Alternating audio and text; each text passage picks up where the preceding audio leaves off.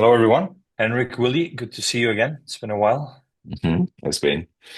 Good to see you guys. For those of you that just joined, good afternoon, everyone. Welcome to today's webinar. My name is Yann Allemann, and I am joined by Willy Woo and Henrik Zeberg, for those of you that are joining for the first time. So, without any further ado, Henrik, how about you take us away with a general overview on the macro side? So, where are we? What has actually happened over the last couple of months? The business cycle model told us in November last year that we should expect that things are starting to slow down because we get what is called a crossover with the leading indicators. And in April, May, June, I was pulling my hair and thinking, what is going on here? Because we got these very strong non-farm payrolls. And we remember also how Powell was out and saying we have a very, very strong economy. And it doesn't make sense because that was when we have a crossover in the leading indicators, we should see within 3, max 4 quarters, maybe 5 quarters can also do, that we actually get a crossover also with the coincident indicators, which means that that's where the recession sets in. And then came August, and we saw the very big revision in the numbers in the non-farm payrolls, not just for the last few months, actually going all the way back. We saw that we had a lot fewer jobs actually created. We had a few months that was actually negative already. So and going from 270 or whatever it was in the early months of this year, which was the first number, and then going down to around 14 or whatever it is, minus 13 for some of it, that's a big jump. That's like night and day. So if you have a 270 kind of number or even 140, that is a strong economy. But if you have minus 13 or even you have plus 14 or something like that, that is a completely different picture. So all of a sudden, the structural analysis was back to being right, and Powell had been wrong. We are actually at this place where we can see there is a structural decline in the economy, which has been clear because if you look to the housing market, we look to the affordability of buying a home, we look at existing home sales and so on, we can see that there is very, very low activity. And the only thing, and we know this, that there are 2 major important markets for us as a consumer. That is the labor market, that's the housing market. If our house is starting to depreciate in value, we can kind of live with that. We may not take out an extra loan to buy that new whatever it's going to do, kind of refurbishment and so on. So we'll wait. But if we see that and we start to lose our job as well, then we have a problem. So we actually need to look to these two markets in particular.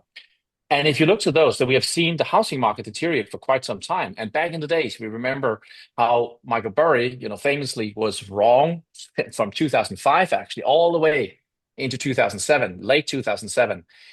But he was right. He was wrong because he saw the deterioration in the housing market and was right on that it was going to create a big crisis.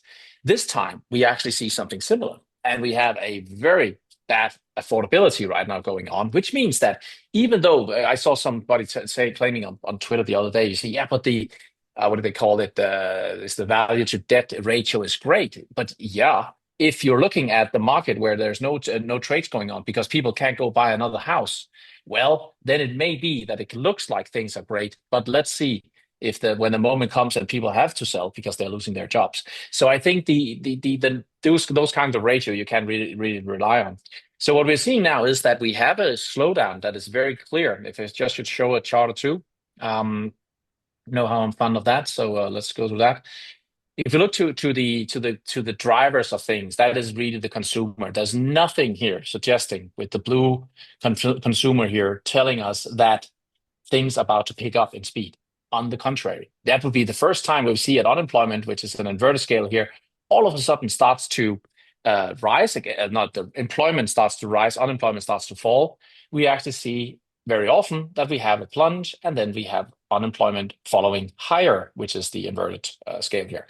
So that is one thing. Another thing is that if you look to what we have had in terms of if you look to the 2-year yields, and we think about what are we late phase, are we early phase in a cycle? When we talk, there are people on the internet thinking, or on Twitter or X thinking we are early cycle.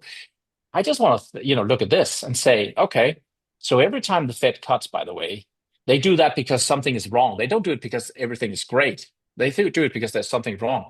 And we can see what is wrong. Here, unemployment level moving higher, higher, higher, and so on and so forth.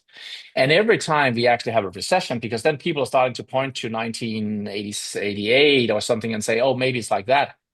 That's a different situation because you did not have yield inversions back then. You have had that every time you have a recession. And actually, we had the most massive yield reversion we have ever seen.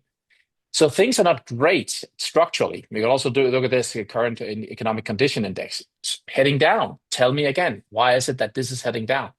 But there is a difference between smooth sailing with the Titanic and not having hit the iceberg, and then hitting the iceberg, and actually the moment it starts to sink.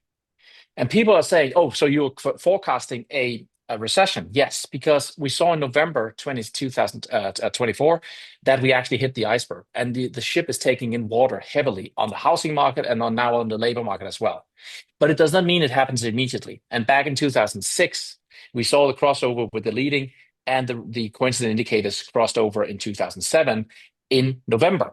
So we are actually on that same path. I just have to say, this month here and in October, we did not see that crossover yet, but we are getting closer, and we need to see we didn't get the non-farm payrolls on Friday. That could actually have given us a clue of in which direction we're going, even though we know now, I hope people understand that the non-farm payrolls is the most important unreliable number that we get every month. It's so unreliable because just look at the revisions, right? So when we get them and everybody's all hyped about them, remember, they can easily sway by 60,000, 100,000 one way or the other, because it's a survey based on a couple of 100,000 businesses that are being asked, are you hiring people, or did you lay off people? And if they say they hired people, then they'll not ask if it's a part-time job or not. So we see the quality of job is actually also deteriorating now. We see it's a higher degree of part-time jobs that is coming in. And that is only what you see when you have bad things coming. However, some of our short-term indicators are not telling us that we are seeing a spike, for instance, in the yield spread of the 10-year minus the 3 months. Hence, we can still have time. And this is the difference. That's where people say, Henrik, you're wrong because you're calling a recession. Where is it? Where is it? I'm saying, yes, there is structural damage to the hull. No doubt about it. And it's going to come.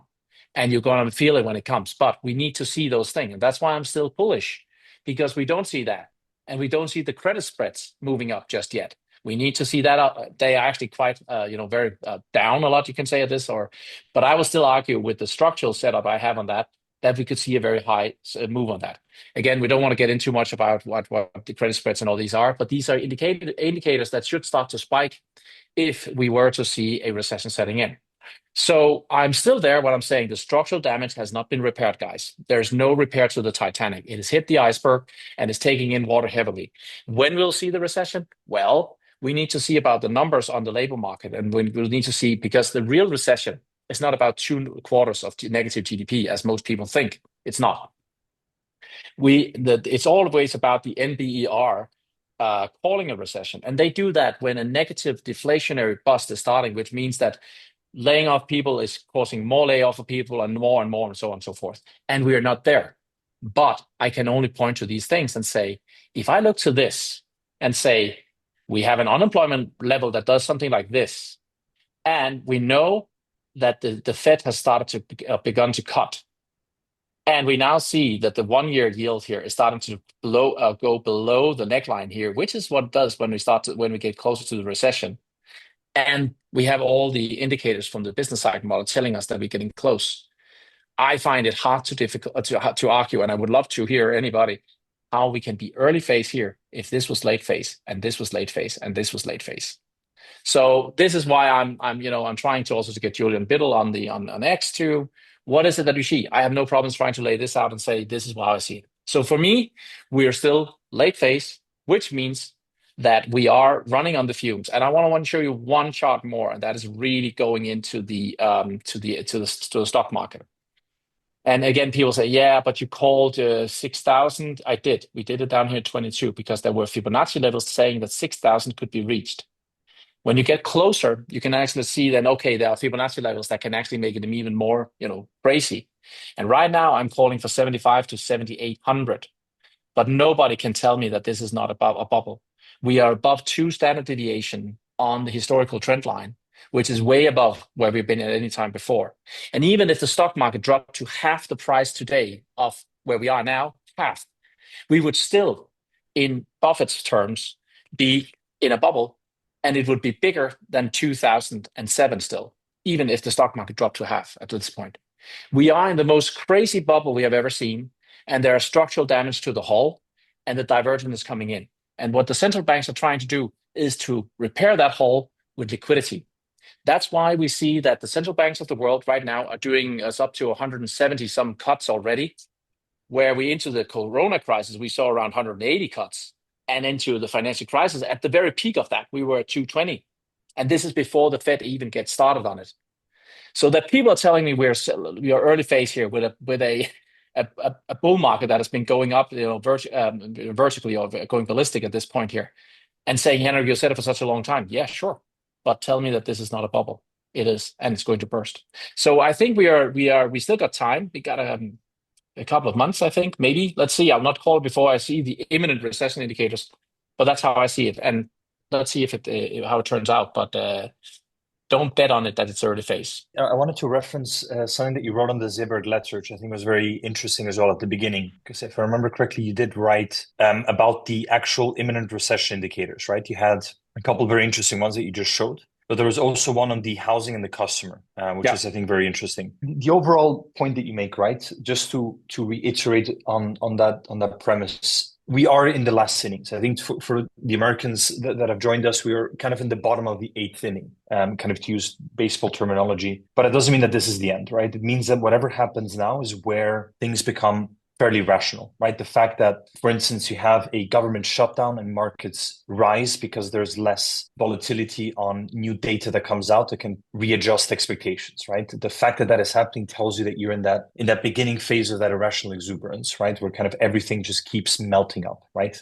There's kind of a positive skew to the volatility in the system. And I think that's always very akin to kind of those final phases that are also very hard to predict, right? We always keep saying that every bubble builds up in very different ways, but they always end in a very similar way, which is kind of that realization that reality doesn't reflect basically what is actually happening, right? Fundamentals or the reality of the economy diverges so far from the actual expectations of future returns, future growth, that things kind of snap back into kind of some form of historical average, like Henrik said. And I think this is really important to note that we are trying to balance those two things out, right? On one end, it's kind of a little bit of a schizophrenic existence, right? On one end, we see this blow-off top forming, like we kind of saw in 1999. Paul Tudor Jones now came out a couple of days back alluding to this as well, that he saw a lot of those mechanics playing out. Obviously very different in some ways, but very similar in a lot of the actual liquidity dynamics, right? Especially on the expectation of QE, rate cuts, all of these things. And on the other side, you see this real deterioration in the housing market, which I hope Henrik can find the actual... I got it here. So, yeah. But it's been going with on the actual consumer, right? And that is the Noah's Ark. Like the housing market is the thing where, as we mentioned, for those of you that were actually there a couple of weeks back, when Henrik and I went on, we spent quite a bit of time on the actual analysis of where the actual wealth is being saved, right? By especially the US economy, which is the majority of it is in the housing market. So that is a massive vessel for net worth and wealth and how families basically look at their spending behavior, right? Really, it's just to understand that in the biggest setup here, because just to maybe run through, this is the Zeberg letter that we have, and we of course have the key takeaways. We have the business cycle here, which is the top layer, the ground foundation, you can actually say, and then we go into the various indicators of this and look at the why is it that it's not now, as I said, but also why is it that we have a structural deterioration. And the structural deterioration comes from this with the housing. You see how with the housing, the NAHB, which is actually a broader index for the housing market, and to say and that's because you want to look at also if your house is increasing in value, you feel then we need to do some refurbishment, we need to start repairing some things, and because you feel that you can do it. But when the housing market then also starts to deteriorate, or people can't afford to buying new houses, at least the affordability rate goes down, then you'll see the NAHB start to decline. And they can go on for quite some time. And this is what Michael Burry also famously noted. So he saw this, but he didn't see that it will take so long before it actually could, start to see that the unemployment rate can go up. So that this has been going on for a little longer this time is not the same as saying then everything is fine. It's actually absolutely not fine. And it's actually just showing here, we can see how the housing index is even lower. And that means that all the related industries to the housing, which is a lot. I mean, it's all from furnitures and kitchens and whatever have you, manufacturers, so on. They will get a hit by this slowly. And this is about the frog sitting in the boiling water, and all of a sudden it gets too hot, and then you see the jump. And the jump is when this starts to move down. So, and that's the unemployment rate going up. So we are in a situation where this has been going so slow that everybody's starting to say, oh, maybe we are avoiding that. But the avoidance of this would actually mean then that you had an improved situation for the consumer. And if you look at the consumer today, they hardly can put food on the table, according to certain surveys in the US. So it's not a pretty picture. And that's why I say it's not early cycle. So this is one of the things that we have in the Zeberg letter. I think that was what you alluded to, Jan. Yeah, exactly. And at the end, what it all really ties down to, right? So how do we differentiate and how do we kind of keep these two concepts in our heads between the blow off top and the inevitable kind of correction and bringing everything back to its kind of historical or mean, is the actual question of liquidity, right? So how much liquidity is coming to the system and how does the expectation of liquidity propagate us forward? And I think this is maybe a really good transition now to go into the famous Willy Woo analysis on how that actually ties into the actual cryptocurrency side of the equation, which, as we always say, is the canary in the coal mine to liquidity expectations. So as long as that float is being propped up, the Kool-Aid is being handed out to the party, and things can go on. The irrationality can obviously go on for a lot further or a lot longer than people actually anticipate, right? The famous quote obviously being, markets can stay more irrational longer than you can actually stay solvent, right? That classic concept. So I don't know, Willy, maybe we can just go into that, and then I'll maybe tie it together with some of the vector frameworks as well, for those of you that were actually asking on Twitter as well for more clarity. Right. This is a very simple measurement of liquidity measured in terms of billions of dollars landing inside the Bitcoin network per day. So one of the things that was quite concerning at this latest, not the very latest all-time high, but this higher run up here, was that we didn't get the follow through of increased capital flows. So we actually had higher highs without a higher high in capital pushing it up, which meant that investors didn't really support this region here.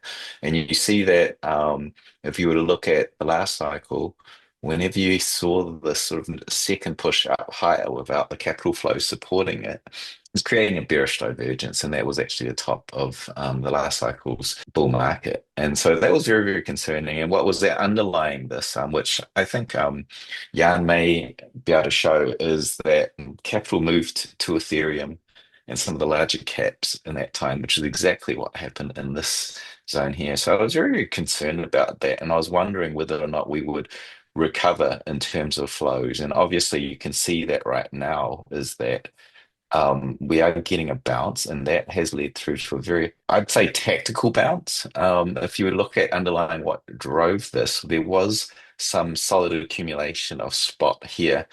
But a lot of this move up here was via liquidation. You can see that coming through in the capital flow. So even though we were expecting with Henrik's analysis of a blow off, because often, almost always, Bitcoin's the canary in the coal mine. If liquidity is dropping out of Bitcoin, it means some of the sophisticated investors are pulling out already. And so that's been the concern. I'll bring up another view of this actually that sort of breaks down the liquidity. And another view of the liquidity. This is close to the underlying model, where the yellow shows the spot liquidity and the green is the paper liquidity. And you can see in the last top of the previous cycle, the liquidity started dropping away. This is liquidity relative to the price. Is the liquidity that's carrying the move significant enough relative to the price movement upwards? And it was very sideways. In this period of sideways movement, price can rally. You'll see that here, right, with this zone in here where we pumped higher, we had a sideways movement in liquidity, a slight recovery, and it did move it up. That's the spot markets. In this zone here, we were sideways, plus we had a renewal injection of liquidity in paper derivative markets. And that led to a very strong rise to our all-time high. And what's actually been happening since the start of this year, effectively April, let's say April, we've had a continued decline in the spot liquidity while the paper liquidity has been what's holding up this market. And we could see that with the moves upwards because they were liquidation driven moves. And so there was a whole bunch of long positions coming in, accumulating, and then that arbing across to the spot markets. So ultimately, we're in a very fragile state here. We're seeing locally, if I zoom in really close here, you can see locally we're getting a recovery, as you saw in this previous chart. Um, but we're starting to see paper liquidity decline, like early signs. And the question is, will paper liquidity come back in with this FOMO? Will spot liquidity continue to climb? And so far, I'm not seeing the paper liquidity climb, but I am seeing the spot climb. So that's somewhat healthy here. See, this risk measurement is very sensitive to that liquidity, and we saw this dip, and we're in late stage. We've been saying that for a while now because the risk is high. You see that in the lead up of the late final phase of the bull market. It's not the top. It's not calling the top. It's calling a countdown timer to the top. You see this again in 2017. Where you get these local dips, these are times where we can rally higher. These dips are driven by liquidity improvements in that local area. And you'll see it, as we go back even further in the bear market, we're screaming high risk because the liquidity is not there to hold up the markets. And what we are seeing now is a recovery in liquidity that is providing us a structure where we can go to new highs. And the question is whether or not this move has been in our last week's letter in the Bitcoin Vector Light. We called this phase of 1 to 2 weeks of bullish action, but the question was, will the structure to move us higher follow through? And so far, early signs of investors coming in and chasing this kind of FOMO move here. So that's promising. We're just keeping an eye on it. Henrik's very positive that we are going to go a lot higher, as is Yann. I'm just reading out the liquidity, and it is structurally now possible to go higher. Whereas previously, in 2 weeks ago, it didn't look like the investor liquidity was there, and it was heading into a bearish regime. So right now, if we go to the more local timeframes, so we've got this kind of like, if I zoom in here, you can see that we are getting liquidity hit. We're seeing share dollars coming into the network climbing. The leading signal is ripping up higher. When we're in this zone here where we've got an increase in capital coming in, it sets up a structure where we're in the medium time frames. We're saying over the next maybe 3 to 6 weeks, we're in a strategic zone where you can look at buying the dips. It's sort of tailwinds for the bulls, but we need to overlay that with the tactical situation of where investors and traders are positioned. And if we were to move to, say, let's look at the urgency model, which is really measuring the market buys hitting the exchanges. We are very overextended in the very early prints. That's starting to turn. So you can see where it turns, where it turns into more of a trend towards urgent selling, and that is peaking at 2 standard deviations above normal. One of my faster responding like oscillators here is based on valuation, and we are mean reverting as well. We've got a VWAP, which is often printed in Bitcoin Vector Light, and it is again reverting in this zone here. So tactically, the position is reading that we could have a pullback over the next week or so just to cool down because we're overbought after this insane run without much of a pause from bottom to top here, 108 to 126 or more. So we're due for a cool down, but the liquidity situation expects a dip and then to move higher. And if we overlay this with the speculation, we're not overly speculative, which is always a bad sign. So that's climbing again, but effectively purged over many, many months to somewhat of a healthy stance. And underneath it, if we look at the green, which is effectively the profits being transacted through the blockchain, that is climbing now, right? And when that's climbing, it's a sign that investors are not transacting their profits. When this sort of rolls over the top, it's a sign that profit taking has engaged. And so right now, this is very healthy, and the speculation, the purple there is very healthy. So the longer term structure is good, strategically bullish. I'm expecting an all-time high over successive weeks, but over the next short term, I expect a cool down or pullback. Structurally, we're again in the late phase, as Henrik says, and we're very much saying that with the liquidity situation here. Over to you, Jan. I just had one question, Willy, because I think this came through as well on some of the questions that we got on Twitter. What about the Ethereum and Solana liquidity? Do you have that at hand as well? Like, how do those Yeah, overlay? Because usually late I stage can they pull tend to some of take that over, up. right? Yeah. Yeah, I thought that you'd show some of the stuff, but Yeah, I'll I'll show it do in a second. Okay. do that. Yeah, so this is Ethereum, Solana. Right now, XRP is also like making a bit of a climb. But let's just look at these three, because they are the three that often are the highest in terms of flows. So what we saw here is that, when we're getting this bearish divergence of capital coming into Bitcoin, right, over here, that's not a healthy sign. And then we saw as Ethereum and Solana we sort of had this alt season over this period, as I think you guys read it as well. Um, we saw the flows inside the big caps and Ethereum start to come to life at the expense, inside this phase here, at the expense of Bitcoin. So there's capital rotation out of Bitcoin while we had a ramp up here. Like, so whenever you get this kind of run where up to here we're getting up to like August, we had an increase in big caps in Ethereum at the decline of Bitcoin. That's not healthy. Like, that was seen at the 2021 all-time high. Everyone's chasing higher risk.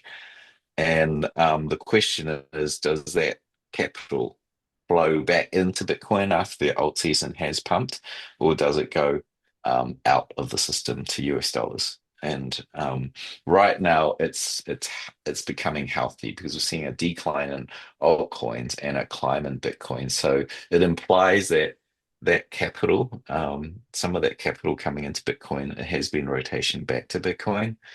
It's not confirmation, obviously. It could be different capital coming into Bitcoin, and this is leaving to US dollars. But the fact that Bitcoin is climbing shows a recovery in the structure, so that a little bit more time on the clock before we hit the ultimate all-time highs, I would say, in this current structure. I think that makes a lot of sense. It's actually a very nice way to transition into some of the more kind of nuanced rotation questions, right? So let me maybe directly dive into that. What you were showing there is really interesting because you actually picked that up on the phase analysis as well. So for those of you that are seeing this for the first time, what we're measuring here is the actual relative strength or the momentum of the capital rotation within the system, right? So we break it down into 5 buckets: Bitcoin, Ethereum, large, mid, and small caps. And this is important because it gives us an understanding of the risk-taking appetite of the system. Like Willy mentioned before, going from Bitcoin, which is kind of the safe haven, the kind of the pristine collateral in the system, and how people basically diverge from there into more kind of high risk types of plays, right? So usually in situations where you start going into the kind of the light gray, the dark gray zones, which are the mid small caps, that's an indication of risk, right? And that also aligned with the 2 standard deviation move that Willy was mentioning before. As that was basically coming down on the Bitcoin side, we saw a massive increase on an upswing in terms of mid and small cap kind of trading proclivity, right? And since then, actually, we've had a rotation back into Bitcoin. And now this is important and interesting because we've actually had a similar pattern in previous cycles as well. The first one basically being the early 2024, as you can see over here, right? Where we also had a momentum into mid caps, small caps, and then back down into Bitcoin as profit taking became very strong. It wasn't capital that was moving out of the system, but it was money that was basically concentrating back into Bitcoin. And that then actually ignited the actual rally that we then saw that actually culminated into the end of March in early 2024. And you can see that as well as then capital rotated back into Ethereum, and then went straight into basically speculation territory. That's actually where we got the first real alt season of the cycle. Same thing happened back in October of last year. Again, similar time frame from what we're seeing now. We had a strong consolidation back into Bitcoin in the global bottom that we saw in 2024. That then moved or kind of created the ignition of the platform to move back into large caps. We then saw a reignition into kind of this risk-taking environment. It was very volatile, as you guys probably remember. But then kind of looking at the same area that we are in right now, we're maybe slightly ahead of schedule. It's going to be slightly faster than what we saw last year. The reason for this as well is that last year, obviously, we had the presidential election. So November 7th was always going to be an attractor, right? Or a point of decision. This time around, I think it's not going to be as defined, right? So there's going to be multiple small things that are going to add together, and then all of a sudden, you're just going to see an explosion, which is going to be different than what we saw last year. Last year, it was more linked to a specific, let's say, macro event, right? That was the election. But what we're expecting is now that we've had this more kind of volatile capital, very sporadic capital rotation phase into hopefully something a lot more structured, which is exactly what alt season is. So for those of you that want a definition of alt season, this is what alt season looks like. You start with Bitcoin, capital rotates into Ethereum, then goes into large caps, mid caps, and ends in a explosive, maybe 4 to 5 day explosive, basically risk on move into small caps. That's when you see the 30-40% moves on a day. You go to sleep in the evening, wake up in the morning, your portfolio is 50% higher, right? So this is exactly the pattern that we're looking for. And what we also want is and this is basically where our momentum algorithms on the Swissbook side that we've been using now for nearly 8 years out of sample becomes super relevant as well. So what you see down here is a combination of the red, blue, and gray, which are basically the different types of moving averages that then indicate that there's actual real strength. And you want to see that real strength as the capital then also rotates into the smaller or the higher risk plays. That's the true sign, telltale sign of an actual alt season. And we are seeing that as well. You see how since about the bottom on the 26th of September, we've actually had rotation back into Bitcoin. Everything kind of resets, right? So it's not a breakdown, but it's a reset or a capitulation. And then it basically gets reignited with a very strong momentum led by Bitcoin. And that's exactly what you want to see at the beginning of this. Going into the actual definition of that, what's really interesting as well, for those of you that have been following these webinars for a while now and actually are subscribed to our vectors, we've always said that the bottoms of any structural phenomena when it comes to altcoins and crypto as a whole is always defined by the actual red line here. So the red line is the aggregated exponential impulse of the top 350 liquid traded assets in the cryptoverse. Okay, so what we're basically looking at here is that you see that on the 26th of September, we had 22% of all the altcoins with a negative impulse. And that is a telltale sign of capitulation. That has happened in the global bottom on the 8th of April. It happened on the actual real bottom on the 3rd of March as well. So what we basically had here is a revisitation of that capitulation event, driven mostly by early speculation as well. We had the same thing in the local bottom on the 5th of August of 2024. The key difference here is that we actually had a macro event as well. So this one was very violent for those of you that were present. And we also had similar kind of bottoming events in mid of last year as well. So this was very significant. We also kind of called it because it was actually very, very interesting in terms of how it coincided with a lot of other structural events as well. So what that basically tells us that we are, and to Willy's point, we have a reset of liquidity. So we are moving back up again, very positive for the immediate future. So we're looking at the next 2 to 4 weeks. But I actually do think that there's a very high chance we actually see an actual global top in Bitcoin towards the end of October, beginning of November. I think the probabilities now are really lining up in that direction structurally. That doesn't mean, by the way, that we have an actual crypto top. I think we might actually, are very likely to then have an explosive environment in November where you actually have a Ethereum, Solana, and risk on global top that then kind of propagates into the end of November, beginning of December, right? So these tend to happen at slightly kind of shifted phases as well. So Bitcoin tops out first, and then the rest kind of follows, in the same way we saw in 2017 and early 2021 and late 2020 as well. To maybe add a little bit of color as well to what Willy was saying, what's interesting actually from what we've seen over the last couple of weeks, what we were not sure of, and the reason we were convinced that we hadn't seen an actual global top yet, is the fact that the actual activity on chain was very healthy, right? So even though we were getting liquidations, we were getting volatility was actually picking up on the intraday level, there was no indication that we were actually getting an actual degradation. Okay. And what's interesting as well is that actually since the bottom, we've actually had a pickup in network activity and actual velocity as well, right? So we call it liquidity here, but it's what it's measuring is short-term velocity of money. And for those of you that actually signed up to the Bitcoin Vector Lite, the liquidity that Willy is measuring is the actual capital in the system. What we measure here is the actual frequency of interaction. And the reason this is important is that you want to have a lot of capital moving into the system, but you want that capital to be gyrating in the system, right? So kind of like any healthy economy, you want a homogeneous distribution of that wealth to every market participant as much as possible, right? So velocity of money is very important because it increases the likelihood that every market participant is able to benefit of the increase in the value that the system generates. So this is a very healthy support line as well. So between this, the increase in the momentum, the liquidity capital injections that Willy was mentioning, together as well with the fact that we're now resetting in Bitcoin, increases the probability significantly that we're actually on our way to an actual new all-time high in Bitcoin, with a very likely topping pattern towards the end of the month. So within, let's say, the next 2 to 4 weeks. Obviously, as we've said many times before, we're not here to call the tops. We're here to call when kind of things conflate, right, together. And that's basically what we're saying. In terms of the actual liquidity, so we have in the Altcoin Vector report, we're actually tracking something that we call liquidity now. So we actually do something similar to what Willy presented before, but we focus more on the actual we try to normalize it in an index, right? So we kind of try to understand what the relative local effect of that liquidity is in the given moment, right?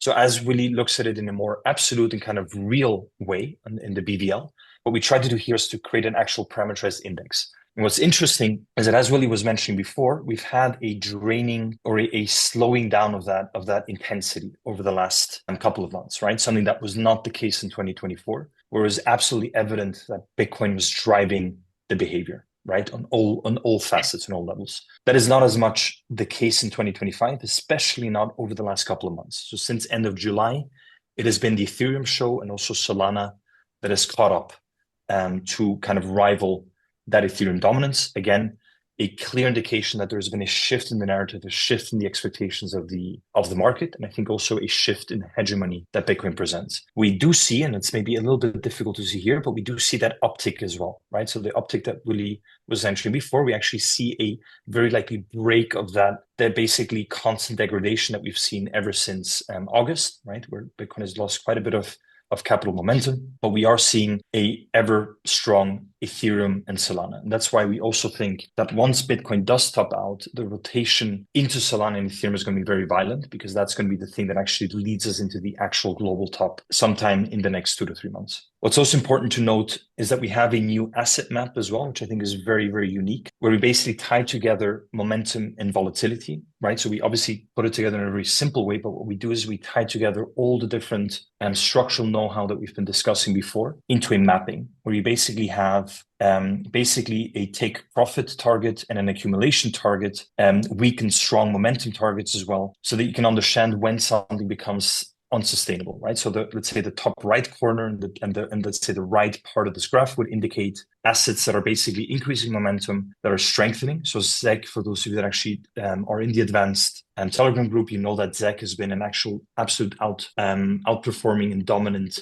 token. It's actually tripled, I think, over the last 1.5 to 2 months, and it's been leading the way, right? So kind of the canary in the coal mine here, specifically for risk taking. What has been interesting is that if you look at the more recent update that we sent in the actual vector, it was a little bit grainy, so it's a little bit difficult to see, but we've actually had a general drop off in intensity of alts. And the reason for this is that we've had strength again with this local top that we've had in Bitcoin. We've had a reconsolidation of strength into Bitcoin, right? So reconsolidation of profit taking, which then kind of sets the stage for the next impulse. So I would expect this to start rotating very quickly back into a strong environment, and then a profit taking environment. So that's something that we will start seeing as the beta in the market picks up due to Bitcoin inherent Bitcoin strength in the market.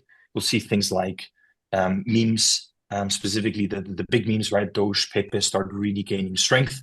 not independent idiosyncratic strength, but strength due to strong Bitcoin. As Bitcoin, we are now in an environment actually similar to what we saw back in mid to end part of September, right? So we're in a very similar type of environment where Bitcoin becomes much more positively affected by externalities, so by macro environments, and also very strongly linked to strong flows in the actual on-chain part of the equation, right? Which is why you're basically seeing positive price movement, because we're basically positively aligned with macro events and also the on-chain events. So that basically tells you that as long as the macro holds up, basically the skies are clear, right? So this is something very important to track. We have been over the last couple of weeks, especially in that drawdown phase towards the end of September, we were in a very bad macro environment. So where every negative event in macro leads to a negative outcome in crypto as well, right? You can actually see that in the short term, in our short-term framework right here. Right, so we're kind of in that really bad environment, but we've been on the short-term framework side very positively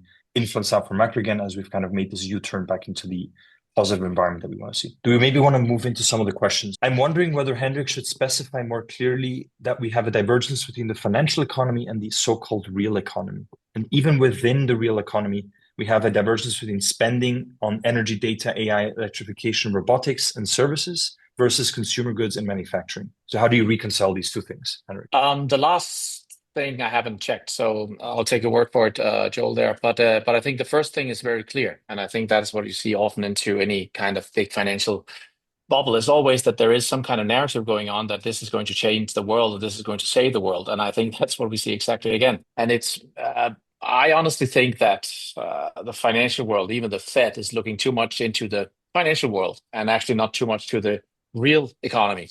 That was again 6-7 months ago. There was a very nice question from in the presser of after the FOMC or at the FOMC that said, "What about the consumer? Why is it that the consumer? What is it that the consumer doesn't get, Mr. Powell?" And he kind of brushed it off and said, and this was in the days where he thought he had a strong economy.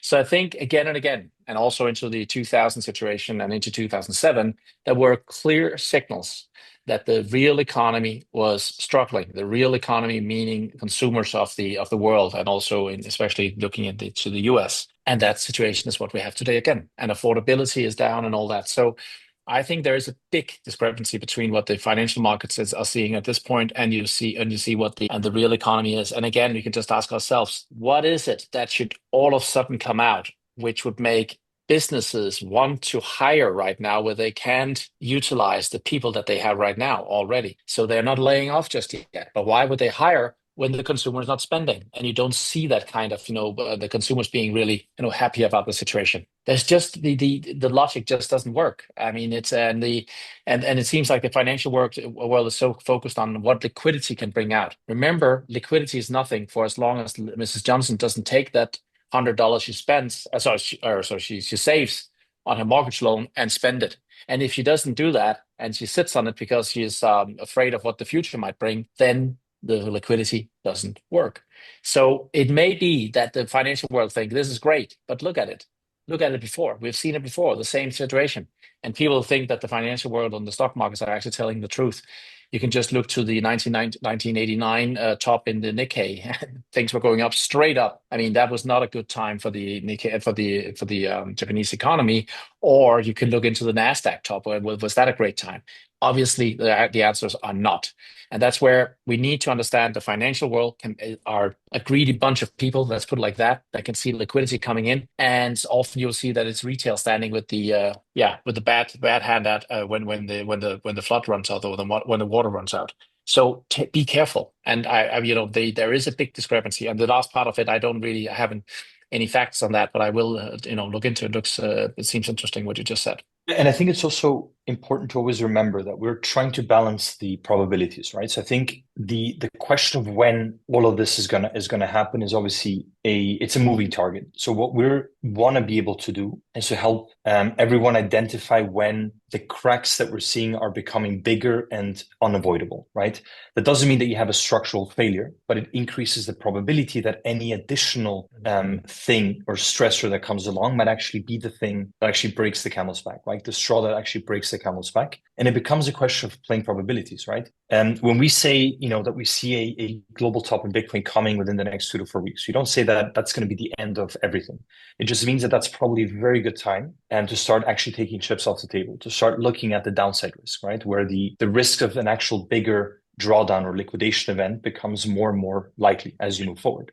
Could that happen 6 months after? Absolutely, right? But it means that you've already taken some of that volatility off the table, right? And you basically have a dry gunpowder to be able to move back in once the actual event happens, right? It makes you sleep better. It's more of a balanced approach, right? So this is not about the optimization. If you want to optimize, build systematic strategies. We ourselves have a lot of systematic strategies that focus on optimizing, and it's trying to extract as much value as possible out of the system. But when it comes to the actual discretionary mandate or the discretionary nature of trading, it is always take advantage of the good times when they're there, take chips off the table, and then redeploy when everybody is freaking out and think that that the world is going to end, right? That's how you need to approach it. And I think that's why discrepancy is really important. And, even with Raoul Paul saying that that there's going to be a super cycle now, etc., it's very likely that could be the case, right? Maybe it is. The point that we want to make is, is that being supported by liquidity? Because liquidity is the thing that drives everything. If liquidity is not supporting it, if there's not an underlying demand for the thing that is being traded, it just means that it's just a question of time until things may revert back to some equilibrium, right? And that's really what we're after. I'd just jump in there also. There's a lot of confusion around timeframes. Like, for example, we get that a lot because, actually, the latest Bitcoin Vector Light was bearish, bullish, bearish. Bearish is, and we're nearing the top. That's the broader time frame. Midterm, we're bullish, and then tactically over the next week, we're bearish. But that's very confusing for people because the timeframes aren't necessarily well understood.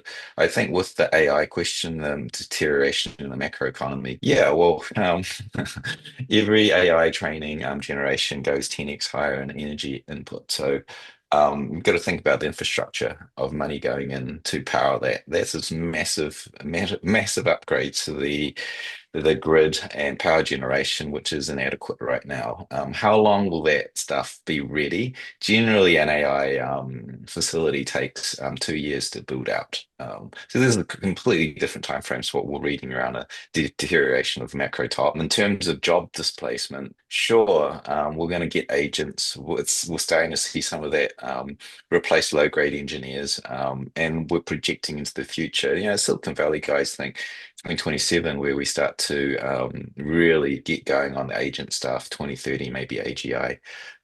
Maybe we start to see divergences in these traditional metrics around job markets when that hits. But there's no structural underlying replacement I can see in day-to-day jobs right now, outside of coding, legal law, that sort of thing. But we're talking about housing market constructing kitchens, buildings, that sort of thing.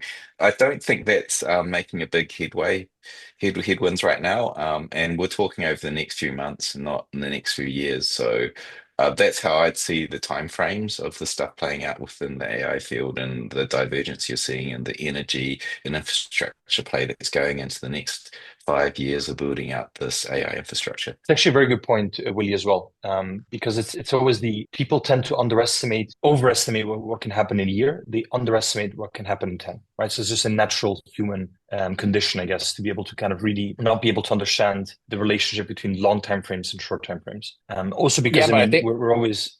Yeah, go ahead. No, you can also just look at it. I mean, again, it's like people are saying that because we have this AI and things are heating up there, and there's a lot of positive things will come out from it. And again, guys, I'm not the oldest. I know Willy is, so that's okay. But I do remember that in 2000 also people were saying, oh, this .com here, or the .coms, they are just it's a new economy, everything is fine. Did the internet change the world? Yes, it did. Technology will change, obviously. Did the same thing happen when we saw the radio, the car, and what else happened in the 1920s come out? Yes. But did that prevent a bubble in the 1920s? No, it did not. And the same did happen in 2000 as well. So that people saying, oh, because of this technology, then we're not going to see a bubble in the market, and hence because the economy is going to pick up after it. That's the horse and that's the cart in front of the horse. I mean, maybe people have been front running it, and when you look at the capitalization to GDP here, not maybe, people have been front running this. So that's the problem. So people cannot make it back again and say, hey, but because of this, we're going to see that it's not going to be an event, or it's not going to happen anything. So I think we are, just look at what we've seen in previous times. When technology comes out, yes, it changes the world, but also people get so hyped, and I call it the fog of confusion around new technology advances, because people think, oh, this is going to change so much, and we'll just, we'll never see a recession again, or things are not going to, cannot be a bubble, and then you have it every time, right? So it's interesting, actually, to Willy's point as well, that the two job categories that are most likely to get affected by AI, and at least in the immediate future, are coding and things like consulting, right, which have actually seen the largest inflation in actual salary caps as well, right, which is interesting. So it's kind of a normalizing factor to those kind of hyper-inflated sectors in the economy, which is also interesting. Does Willy have an opinion about why suddenly it seems that the market lost confidence in debt companies? I'm assuming that's treasuries, right? This happened in a few weeks, and it does not seem to recover, even though the Bitcoin price is strong. So I guess, Yeah. yeah, Yeah, I've been MicroStrategy, wondering I'm the assuming. same. Yeah. I Okay. was thinking, looking at all these MNAVs start to compress, and no, these two factors that play. One is we're seeing a lot of offerings, right? There's only so much capital that can absorb people willing to put into these treasury companies, and that strong competition right now. And obviously, there's new ones coming out every day, and they're all trying to be more aggressive on the yield, underlying yield, and it's fighting for the same amount of capital. So that could be one explanation. The other explanation is how many of the capital, how much of the capital that's in the treasury company's rotation from very large holders of capital inside Bitcoin. I think like I know a lot of my friends that have been involved with this stuff have been rotating capital out of Bitcoin and into Bitcoin treasury companies. They understand the markets well, and you kind of de-risk as you see this bubble start to form in treasury companies. So I think both explanations can explain where the MNAVs are compressing, fighting for the same capital pool, the capital pool actually not going apeshit crazy, as you see in potentially altcoin markets near a cycle top, because they're more sophisticated investors that are dealing with securities now. So that's another sign of a top to me, as the MNEVs start to compress, and even the people running these treasury companies have capability of reducing and deleveraging. Metaplan in particular. So just how much debt that they take on through their synthetic ATM, their structure in particular is very prone to timing the market. If they get that wrong, then they can be partially liquidated. So all these effects take place. And maybe there's a follow-up question as well. Alongside liquidity flows, does the typical Bitcoin, Ethereum, Solana rotation also manifest itself with that? That's actually a very interesting question. Like, do you see that rotation, or is it kind of more of an independent? In particular, what's the Tom Lee's one, which was the Ethereum, the very large Ethereum treasury company. That was marked the start of Ethereum climbing in liquidity and Bitcoin declining, creating that divergence. So I think a lot of it was contributed to Tom Lee's treasury company. If you look at the details, when they raised for that inside their private placement, they were taking, unlike Bitcoiners who take Bitcoin, they were taking Bitcoin or Ethereum or US dollars. And so Really? in a way, you Interesting. could see that as a liquidity attack on Bitcoin, because most of these Bitcoin investors also like the extra beta on playing alts, and now we're doing this on securities. So yeah, that was very interesting to me, and that's probably one of the explanations that I put towards that kind of bearish structure we traditionally see, where you see capital going into alts, large caps, Bitcoin declining, and it being in a bearish divergence over the last peak. That looked very unhealthy, but you got to remember now we're in a different market with treasury companies adding their dynamics to it. And that part was a very interesting part, where we saw an actual treasury company target Bitcoin liquidity to pump Ethereum. That's very interesting. Huh. So they're basically cannibalizing Bitcoin to kind of rotate that into Ethereum and then kind of relatively outperform with Ethereum in a Yeah, way. whether Yeah, it's deliberate, whether they knew their cohort of large investors hold Ethereum plus even more so Bitcoin. interesting. That's a pretty smart thing you do with a DAT over a Bitcoin treasury company. Yeah, Trojan horse a little bit. Makes sense. Yeah. There's actually another question on the liquidity, on the debt refinancing side, which I think maybe ties loosely into this as well. So the question is from Giancarlo Vanoni. What do you think about all the debt Trump is refinancing? The cycle driven by debt refinancing could inject a significant amount of liquidity into the system. I'm not saying this solves the problem, but it does delay it.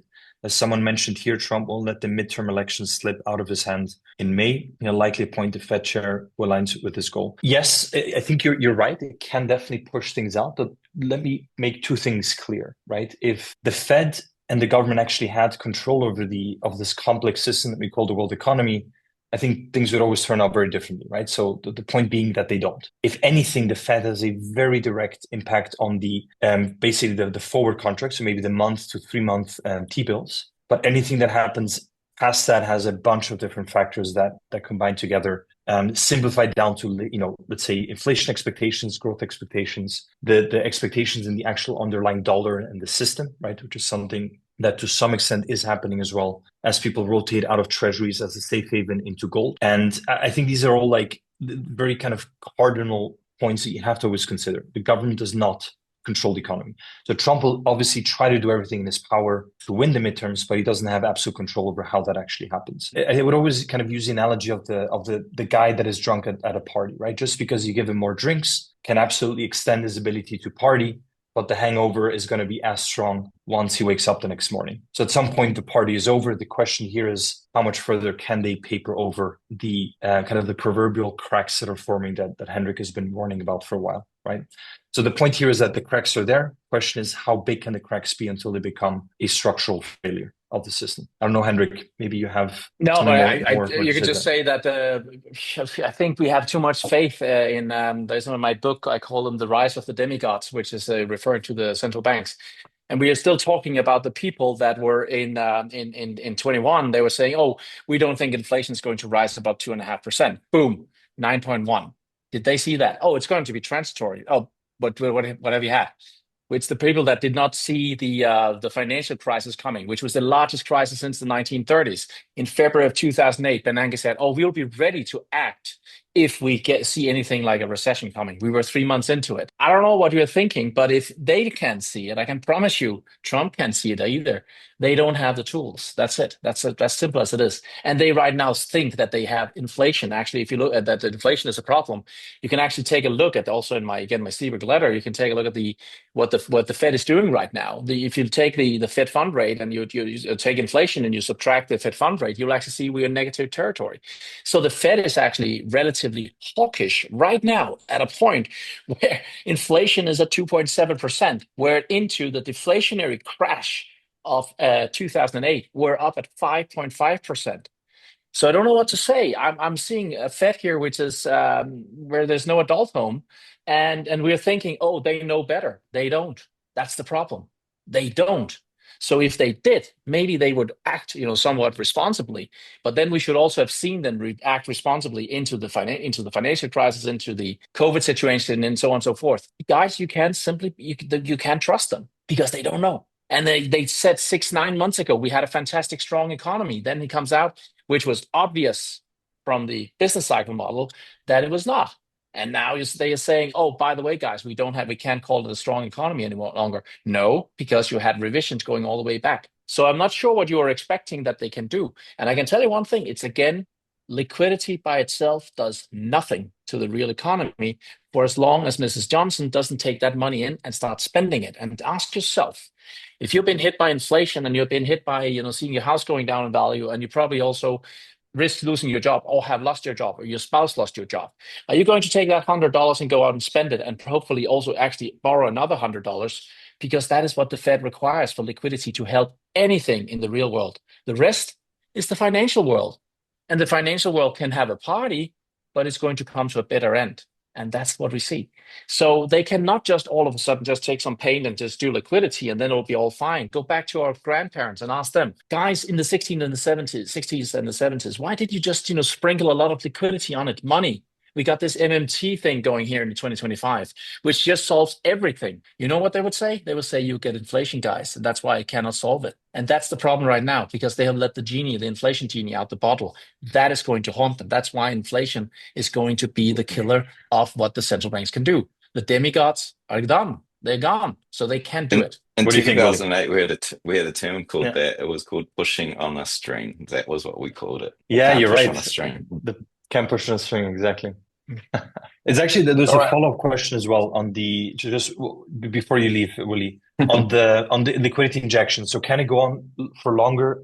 As we said before, we're not here to predict when a local top is going to be in terms of a date. We're trying to understand the underlying factors that increase the probability of such an event, right? And it's about the ability to de-risk. It doesn't mean you have to go out 100%, but it's about understanding when to de-risk and actually start basically having reserves, right? And if the party continues, we can always move, you can always go back in after having a smoke outside and get another drink, right?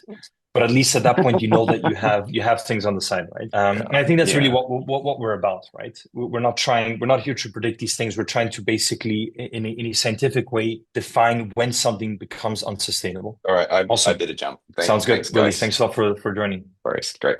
Catch you guys. Man, that what do you was think, like Henrik? 50. Let's do another couple of questions, and then we'll call it quits as well. Sure. Please talk about the interplay of trade between gold, silver, and Bitcoin in this time of the cycle, and if there is a major recession or crash. So I guess the question here is, does that indicate anything about what's coming ahead of us? I think gold and silver has been riding the inflation narrative for quite some time, and everybody is right that we have seen inflation coming up, and that's why you need to get into gold and silver, which is a problem, because if that's correct, that's also why the Fed can't do so much about the crisis. And I think it's so that's great, and it probably can run, it can run a little higher here. I'd rather say, if you look to gold the gold versus SPX, I think I've talked about this before. So talk about how the stock market valued in gold actually have seen now a breakdown, which means gold is starting to outperform the stock market. That's a very big thing. That is the thing which tells us that we have something bigger coming. That is probably, and we only seen that in 1929. We saw it in 1971, which was when Nixon went off the gold standard, and then you also saw it in 2000 when you had the big stock market top. That is a big thing. So that gold and silver is running high. I think I've said that a long time. It's front running things a bit, but let's see how hard it can come down if the dollar starts to move up. But it's telling us that people are starting to think that maybe things are not so great, and maybe we need to secure ourselves in something like precious metals here. And that is a situation we need to understand. Whether it's going to correct a lot, which I think it will. It doesn't matter. I think there is something to that. So I think it is a run of that tells us that something could be coming, yes, but maybe people are seeing the wrong thing coming, which will not be inflation in the short time frame first. Yeah, and you have some other points to this, I know. So maybe you should take it there as well. No, I agree. I agree with the underlying premise, right? It's I think a vote of no confidence in the system, or at least the beginning of one. And exactly. I think inflation is another way of expressing it, right? People don't trust that the thing that they hold is going to have the same value down the line, right? So that's a lack of trust. Yeah. How far that goes now, I think remains to be seen. I think going back to Willy's point that he made a couple of minutes ago, it always goes back to when does that actually happen, right? So when do people actually does a real loss of faith in the system actually kind of present itself? I think that's further down the line. There's no better. Correct. There's no real alternative to the dollar right now. The dollar what would you replace it with? The dollar is pretty dirty shirt, but I think the rest of the shirts out there in the world are even more dirty. And I think that's the problem right now, that the dollar might, and it's so entangled in everything. So if we start to see some kind of deflationary bust, you'll see that entanglement needs to come untangled, and that requires dollars. So it's not just that it goes from dollars or that we go into gold immediately. I think the situation there is a little more tricky. So I still think the dollar is going to have a strong rally from not too distant future from here, and that's going to be harmful to gold and silver and to Bitcoin as well. So yeah, I mean, gold is in a blow off phase in a way, right? That it's having its own little bubble. Exactly. I mean, it's a 27 trillion dollar asset class at this point, which is crazy as well. Makes sense.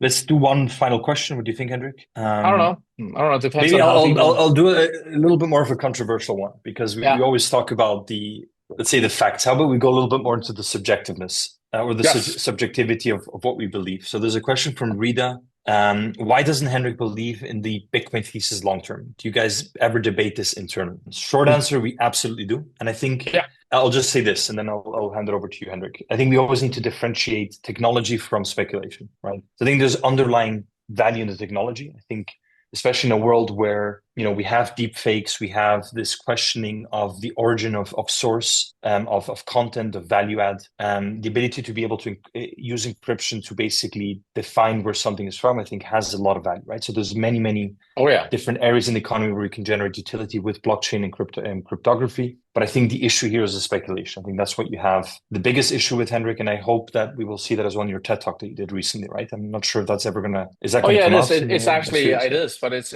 quite controversial, and you'll actually see that in my TED Talk. That I say that I think Warren Buffett has said that